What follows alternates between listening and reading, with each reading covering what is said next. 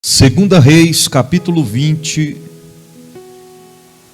versículo de número 1 em diante. Os que encontraram, digam amém. Naqueles dias, adoeceu Ezequias de morte, e o profeta Isaías, filho de Amós, veio a ele e lhe disse: assim diz o Senhor, põe a tua casa em ordem, porque morrerás e não viverás.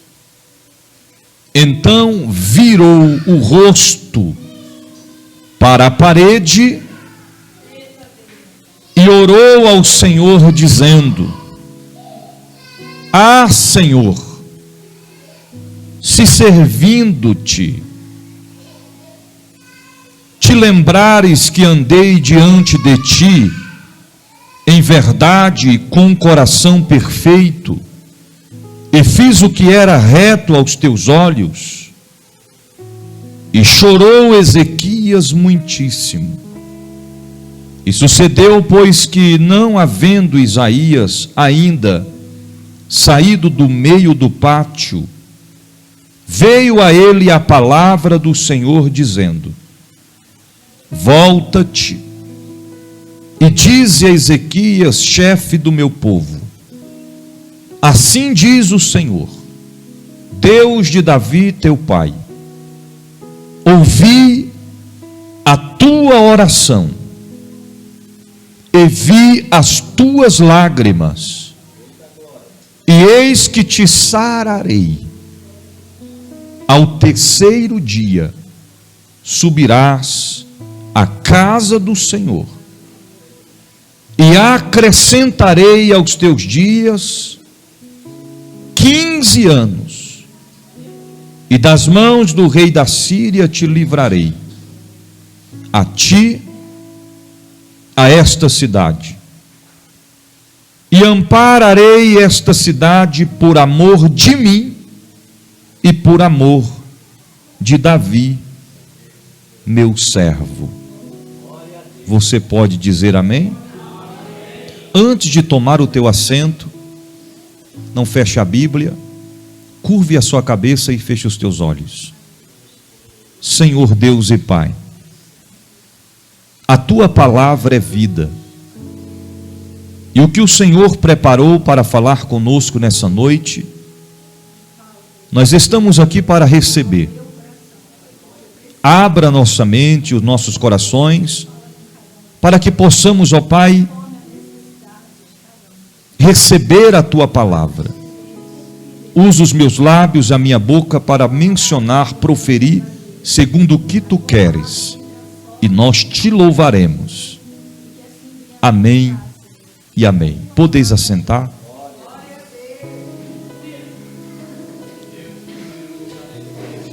Queridos, nós estamos diante de uma passagem bíblica que nos comprova a grandeza de Deus indo em contramão à lógica humana. A Bíblia está dizendo que Ezequias adoeceu.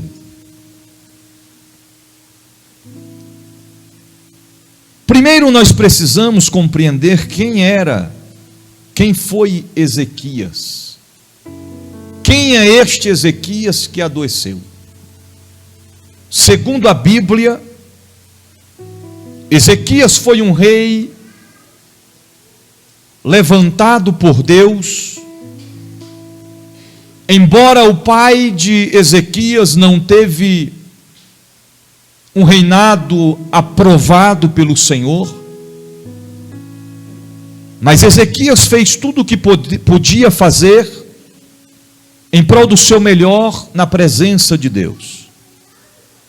Segundo a Bíblia, Ezequias começou a reinar em Jerusalém com 25 anos, cerca de 25 anos de idade. E ele reinou 29 anos. E morreu aos 54 anos de idade. E fez o que era reto perante o Senhor. Os versículos que nós lemos não destacam claramente qual era a enfermidade, a doença do rei Ezequias. Mas segundo historiadores, ele estava enfermo de uma úlcera que estava devastando o seu estômago. Ele estava vivenciando um tempo, um momento de dor diante da enfermidade, na qual a medicina humana não tinha mais o que fazer. Não tinham resultados positivos humanamente falando. E agora Ezequias, estando em seu quarto real no palácio, ele recebe uma visita. Esta visita foi enviada por Deus. O profeta Isaías vem trazer da parte do Senhor para o rei Ezequias uma profecia, uma mensagem da parte de Deus. E nós sabemos que nós almejamos muito receber uma palavra de vida, ainda mais quando se fala acerca de profetizar. Só que o que Isaías estava levando agora para entregar para o rei Ezequias não era uma palavra para a vida, mas era uma palavra para a morte. Ele adentra o palácio, vai de encontro ao rei Ezequias. Isaías, filho de Amós, um profeta de grande valia, de grande respeito, com uma postura que não tinha do que se deixar a manchar a sua conduta de profeta. Um profeta que quando ele falava, se cumpria, porque era segundo a palavra do Senhor. Isaías, quando entregava a mensagem para alguém, é porque verdadeiramente o Senhor estava falando. Ele adentra, e ao se apresentar ao rei Ezequias, ele diz: assim diz o Senhor, põe a tua casa em ordem, porque morrerás e não viverás. Agora imagine, irmãos, você estando acoplado de uma enfermidade que não tem cura, vem o profeta, em vez de profetizar a vida, ele profetiza a morte. Vai completamente na contramão da lógica humana. Põe a tua casa em ordem, porque morrerás e não viverás. Esta palavra direcionada pelo profeta Isaías ao rei Ezequias, ela permeia de geração em geração. Em tempos e tempos, e até nos dias da atualidade, esta mesma palavra está mais viva do que nunca. Porque existem momentos na nossa vida que nós precisamos colocar a nossa casa em ordem.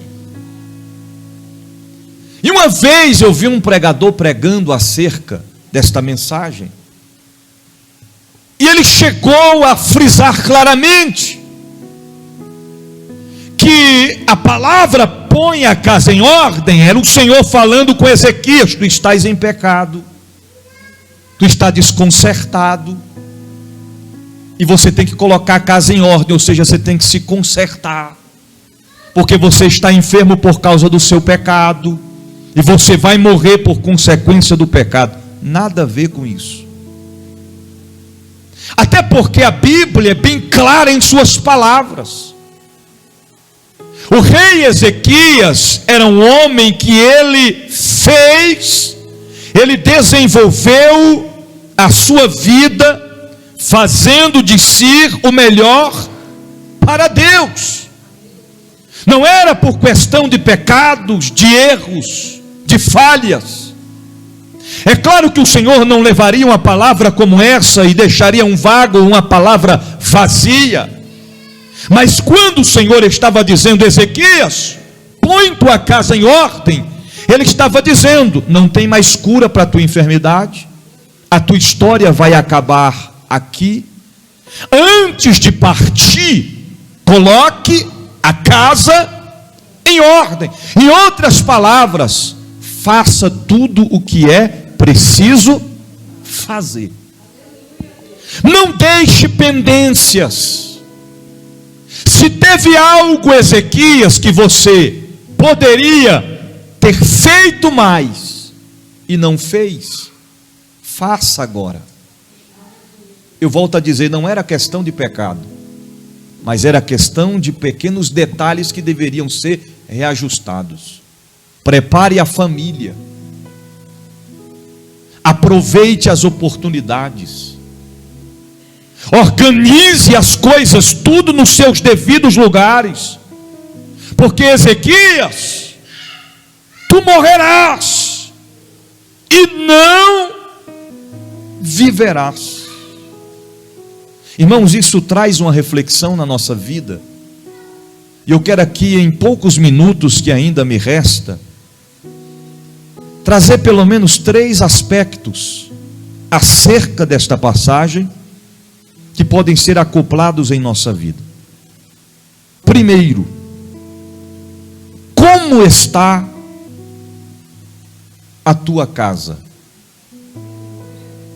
Como está a tua casa?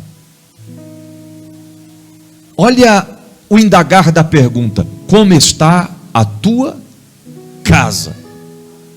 Porque a mim eu sei como está.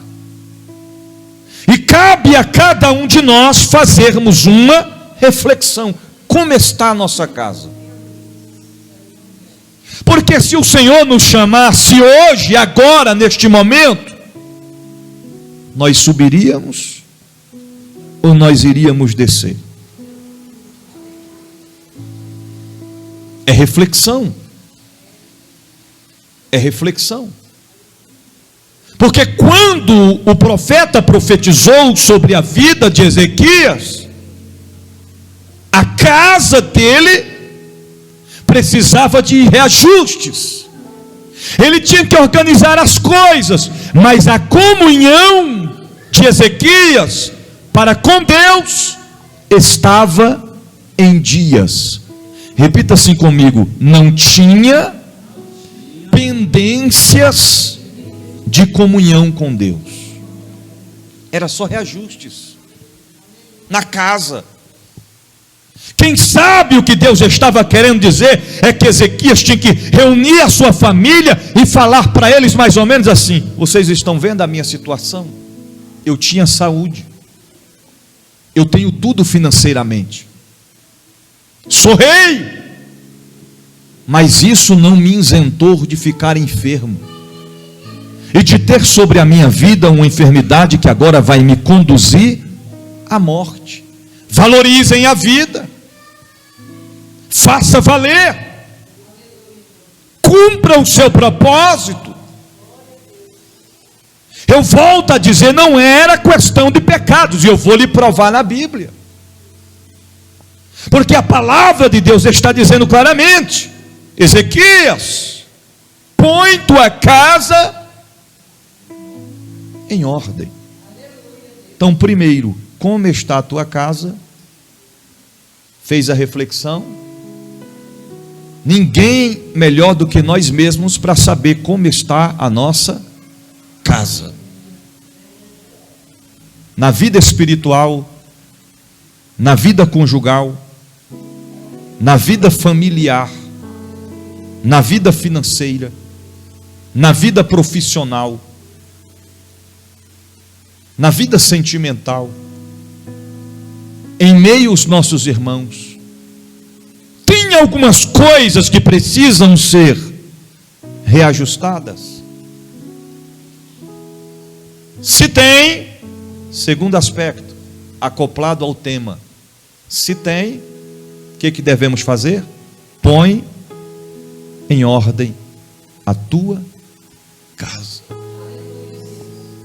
Eu tenho aprendido muito com Deus, algo que nós podemos até frisar aqui nesta noite.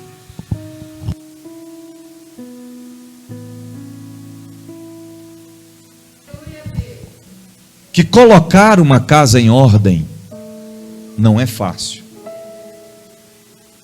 Nos dias que nós estamos vivendo, eu tenho aprendido muito a profundo disso.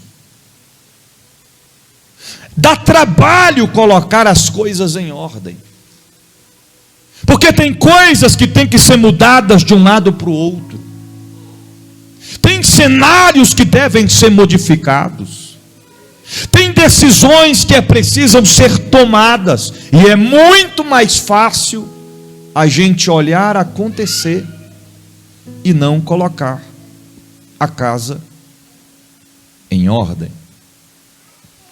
Quando nós trazemos isso para a nossa vida material, familiar, no dia a dia, é o mesmo que você chegar na cozinha, naquele dia que a pia está cheia de louça, as coisas tudo fora do lugar, o chão sujo, e você olhar para a situação, para o cenário, e simplesmente falar assim: não vou fazer nada, dá trabalho demais, deixa aí. Aquilo que é preciso ser feito, nós devemos fazer. Por quê? Porque o que Deus tem que fazer, Ele vai fazer, mas tem coisas que não é Deus que tem que fazer, somos nós que devemos fazer. Ele mesmo disse certa feita: faz a tua parte e eu te ajudarei. Ou seja, você faz a sua parte e o Senhor faz a parte dele. Então, primeiro, como está a tua casa? Segundo, põe a tua casa em ordem. Eclesiastes 12. A Bíblia diz que a mocidade deve preparar-se para a velhice e para a morte. Encontrou aí? Lê para nós, Glaucio.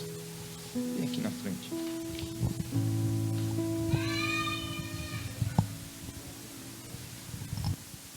Glória a Deus. Lembra-te do teu Criador. É 12, vai não. Lembra-te do teu Criador nos dias da sua mocidade, antes que venham os maus dias e cheguem os anos dos quais dirás: não tenho nele prazer. Verso 6. Antes que se rompa o fio da prata e se despedace o corpo de ouro e se quebre o cântaro junto à fonte e se desfaça a roda junto ao poço. 7.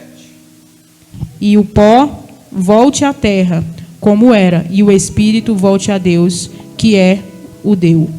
Ok, obrigado. A mocidade deve preparar-se para a velhice e para o quê? Para a morte. Muitos não param para pensar acerca disso. É uma realidade sobre nós. Nós temos que estar pronto para tudo. Colocar a casa em ordem é se preparar. Você está pronto para enfrentar a morte?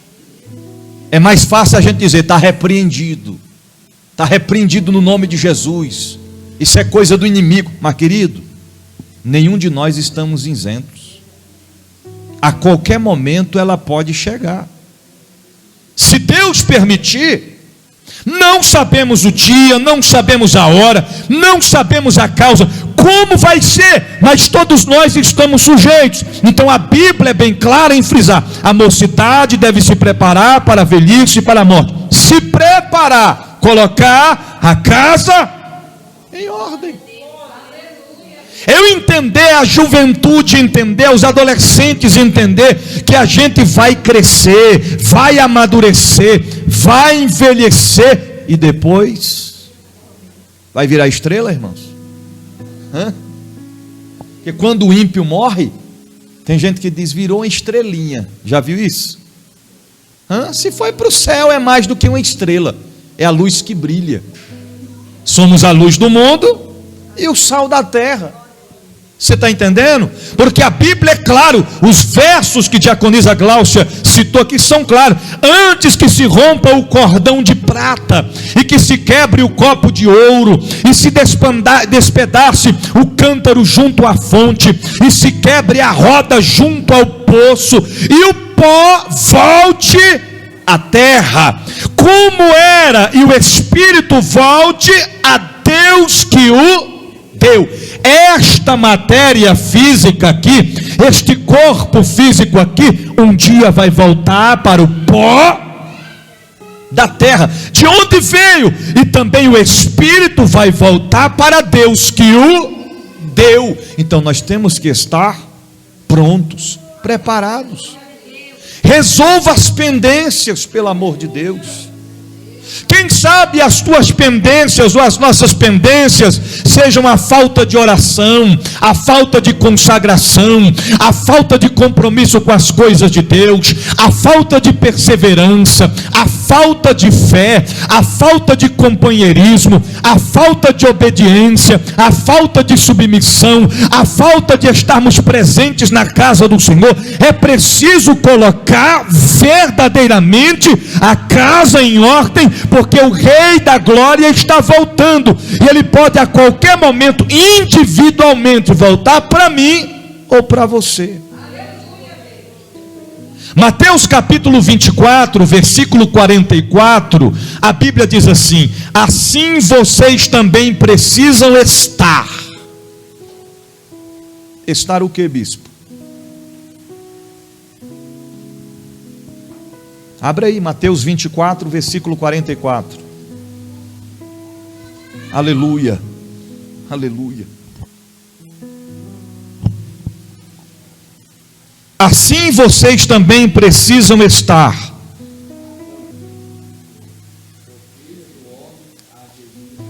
Mateus capítulo 24, versículo 44.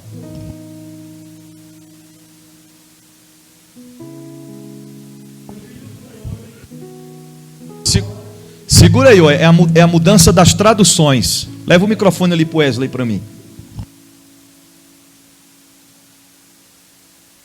Só muda a tradução, irmãos. O linguajar é o mesmo. A do Wesley igual a minha aqui. Portanto, também vos estejais preparados, porque o Filho do Homem há de vir a hora que não penseis. Ok, entendeu? Tem que estar o quê? Porque a vinda do Filho do Homem vai ser como? Quando vós não pensei. Então não vai dar tempo daquela questão de alguém dizer: não, eu vou me preparar. Tarde demais. Temos que estar preparados, colocar a casa em ordem. Hebreus capítulo 10, versículo 25, a Bíblia diz assim: não deixemos de reunir-nos como igreja, segundo os costumes de alguns, mas procuremos encorajar-nos uns, ainda mais quando vocês veem que se aproximam o dia. Que dia é esse? A volta do Senhor. Então, ou seja, irmãos, quanto mais os acontecimentos da atualidade estão nos mostrando que Jesus está voltando, O que nós devemos fazer? Nós temos que se aproximar mais da casa de Deus ou temos que nos afastar? Nós temos que estar mais presentes ou mais ausentes? Presentes, buscando, diante da presença do Senhor. Terceiro e último aspecto, para a gente finalizar: valorize a oportunidade que Deus te deu e faça valer. Aproveite a oportunidade. É aproveitar a oportunidade. Porque a Bíblia diz que Ezequias teve uma oportunidade. Porque quando Isaías profetiza para ele: põe a tua casa em ordem, porque morrerás e não viverás. Sabe o que Ezequias fez? Virou o rosto para a parede. Quem foi o companheiro no momento mais difícil ali de Ezequias? Quem estava do lado dele ali naquele momento? Oi? Do lado dele? Do lado dele? Do lado dele, o texto diz, irmão, a parede. A parede. Às vezes a gente fala assim: eu estou passando por uma situação tão difícil, não tem ninguém do meu lado para me ajudar, para estender as mãos. Imagina ele, que o profeta profetizou e se retirou. O mensageiro do Senhor levou a mensagem e depois ele saiu. Só restou para Ezequias a parede. Quem explica isso aqui? Por que é que o texto faz questão de deixar claro que ele virou o rosto para a parede, irmão? Pela lógica humana, ele poderia olhar para o céu, Senhor, Senhor, não, mas ele virou o rosto para a parede. E o que ele fez? Orou ao Senhor dizendo, ele orou e fez o quê?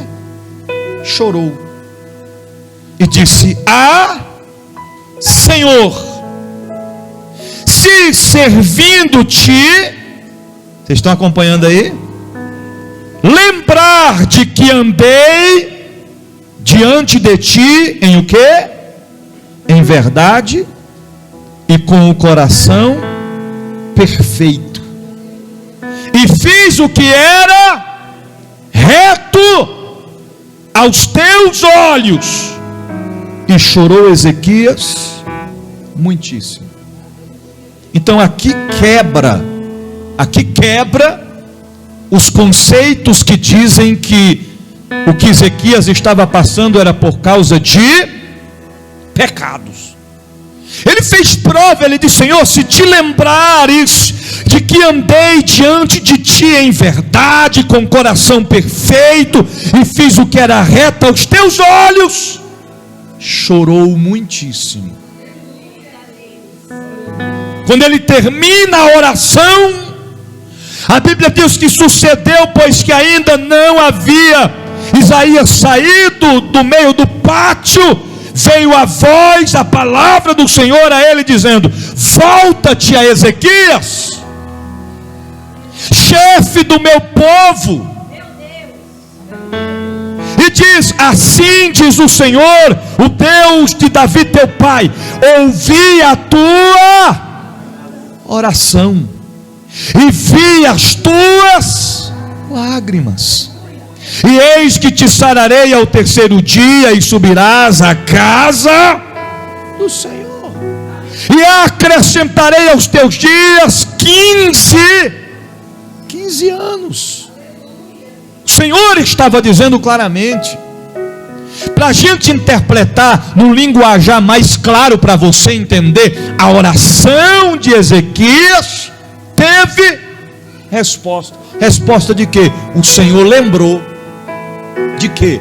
De que Ezequias havia andado diante do Senhor em verdade, com o coração perfeito, e que ele havia feito o que era reto aos olhos do Senhor. Por isso o Senhor revogou a sentença, mudou o decreto, voltou à sua palavra e profetizou novamente, mas agora profetizou vida, dizendo: e acrescentarei a ti 15 anos de vida.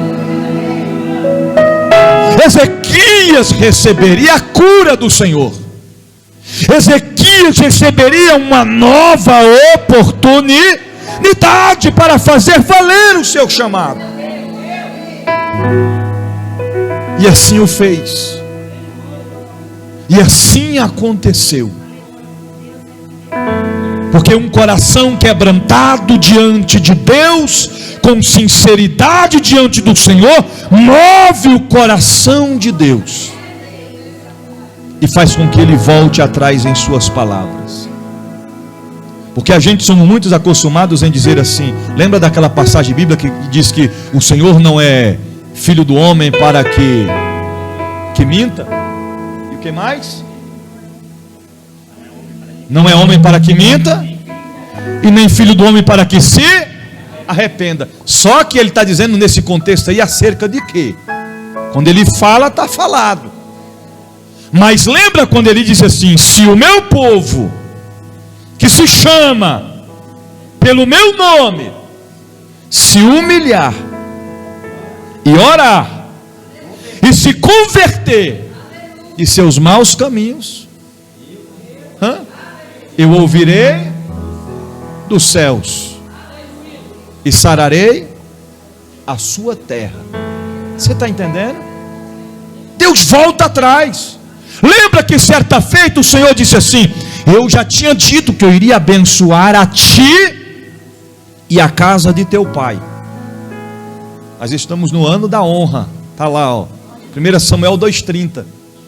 Mas ele diz assim: mas agora, longe de mim fazer tal coisa, porque eu honro os que me honram.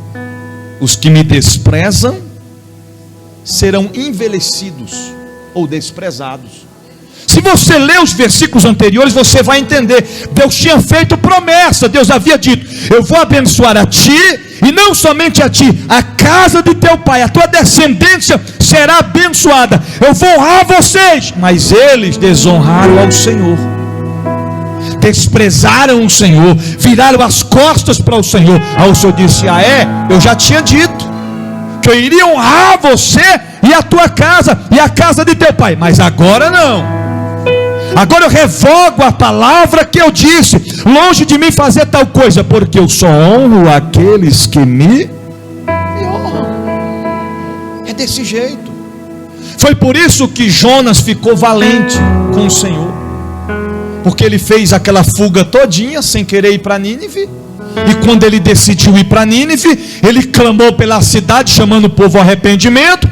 O povo se vestiu, rasgou suas vestes, se vestiu de pano de saco, fez um jejum diante do Senhor, se arrependeram e o Senhor perdoou o Nínive.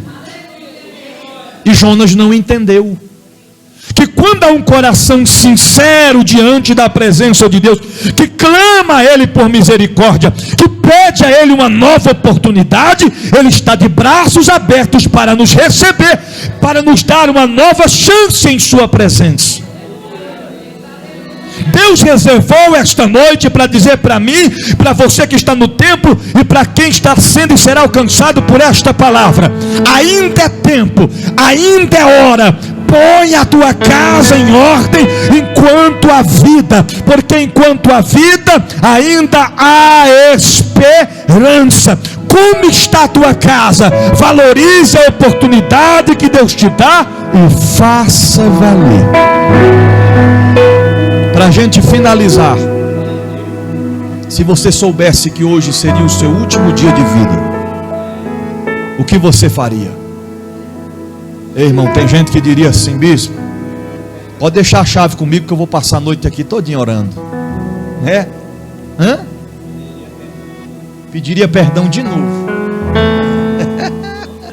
Outra vez. Está entendendo? Outro diria: eu já saía daqui já abraçando minha família, dizendo para a esposa que ama, dizendo para o esposo que ama, dizendo para os filhos que ama, pedindo perdão para fulano, para Beltrano. Eu iria valorizar essas últimas horas como nunca. E por que não fazer isso? Mesmo sabendo que hoje não é o nosso último dia de vida. Porque nós temos que nos preparar. Colocar a casa em ordem é se colocar na posição que Deus quer. É fazer segundo o seu propósito, o seu querer e a sua vontade, entendendo que a gente estamos aqui hoje, amanhã não sabemos se estamos mais. A qualquer momento a trombeta vai soar e Ele vai nos arrancar desta terra com força. Valorize o seu chamado, valorize a oportunidade que Deus te dá. Faça uma reflexão nesta noite. Quando terminar esta mensagem, quando terminar este culto, faça uma reflexão naquilo que precisa ser mudado, naquilo que precisa ser reajustado, e coloque a sua casa em ordem na presença. Aí você vai ver as coisas mudar. Aí você vai ver milagres acontecer.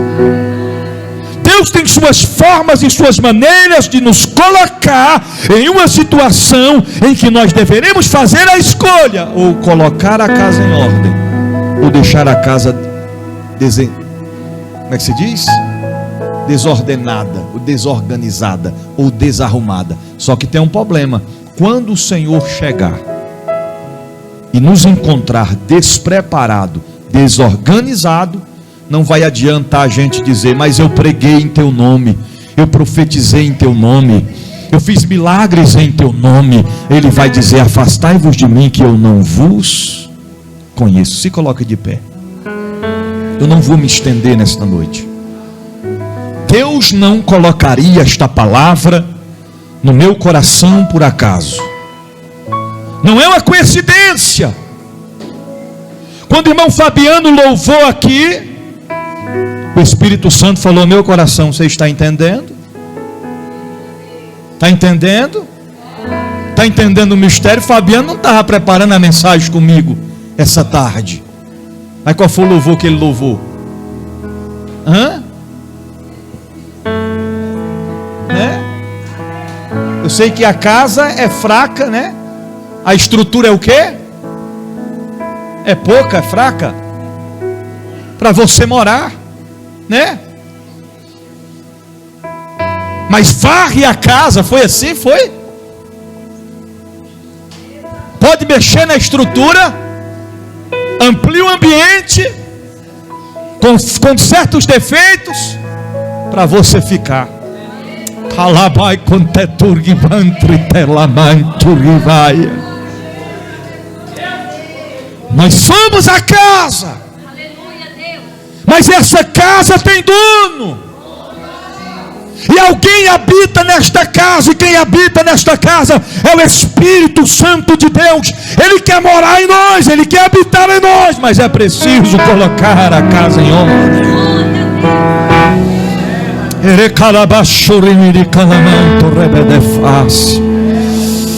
Ele está trabalhando aqui nessa noite na casa de dentro para fora. Ele está ampliando o ambiente, mexendo na estrutura. É por isso que dói, é por isso que a gente sangra, é por isso que a gente sente no mais profundo das raízes, da base, na estrutura da casa. Mas é Ele preparando o ambiente, porque depois desta prova tem vitória. Depois deste deserto vai ter bonança, vai ter banquete, vai ter conquista. Resista ao dia mau, colocando a casa em ordem e adorando ao Deus da Bíblia. Assim como ele ouviu a oração de Ezequias, assim como ele viu as lágrimas de Ezequias, ele te diz nessa noite, por intermédio da palavra: eu vou ouvir a tua oração e eu vi as tuas lágrimas, estou acrescentando os teus dias de vida. Assim diz o Senhor nesta noite.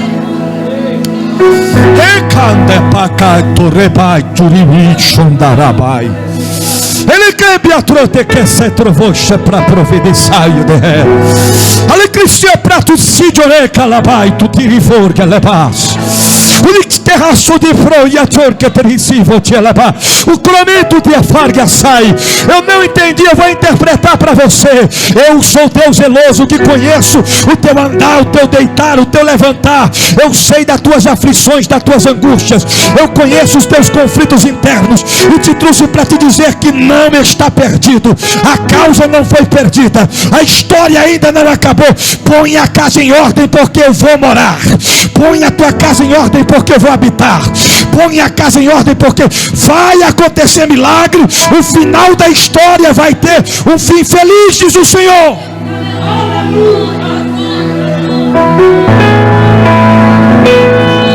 Resista. Resista o processo para viver o propósito de Deus. Não abra mão da tua responsabilidade. Não abra mão daquilo que a ti Deus confiou. Não saia da posição. Não saia da direção. É apenas uma fase. É apenas um vento. É apenas uma tempestade. É apenas um vale. É apenas um deserto. Mas Deus vai passar com você. Resista, porque tem vitória chegando. Assim diz o Senhor.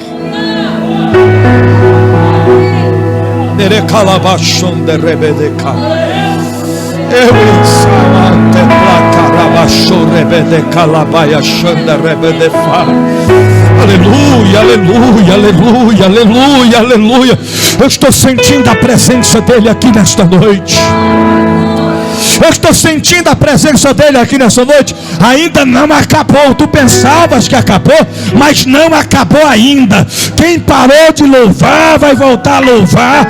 Quem parou de pregar vai voltar a pregar. Quem parou de profetizar vai voltar a profetizar. Quem parou de adorar vai voltar a adorar, porque Deus tem ouvido as tuas orações, tem visto as tuas lágrimas e diz: hoje é noite, é dia, é hora de colocar a casa em ordem. Colocar a casa em ordem. Senhor Deus e Pai, a tua palavra foi pregada, foi ministrada. A tua palavra traz vida. A tua palavra levanta, edifica, restaura, nos purifica. Senhor, que o Senhor venha cumprir o teu propósito, porque eu sei, Senhor, que a tua promessa não perde a validade, vai se cumprir. Assim nós ministramos a tua vitória sobre o teu povo nesta noite, em o nome do Senhor Jesus. Amém e amém. Guarde esta palavra no teu coração e, uma vez guardando-a, coloque em prática, porque não podemos ser apenas ouvintes, mas sim praticantes da palavra do Senhor Jesus. Você pode dizer amém?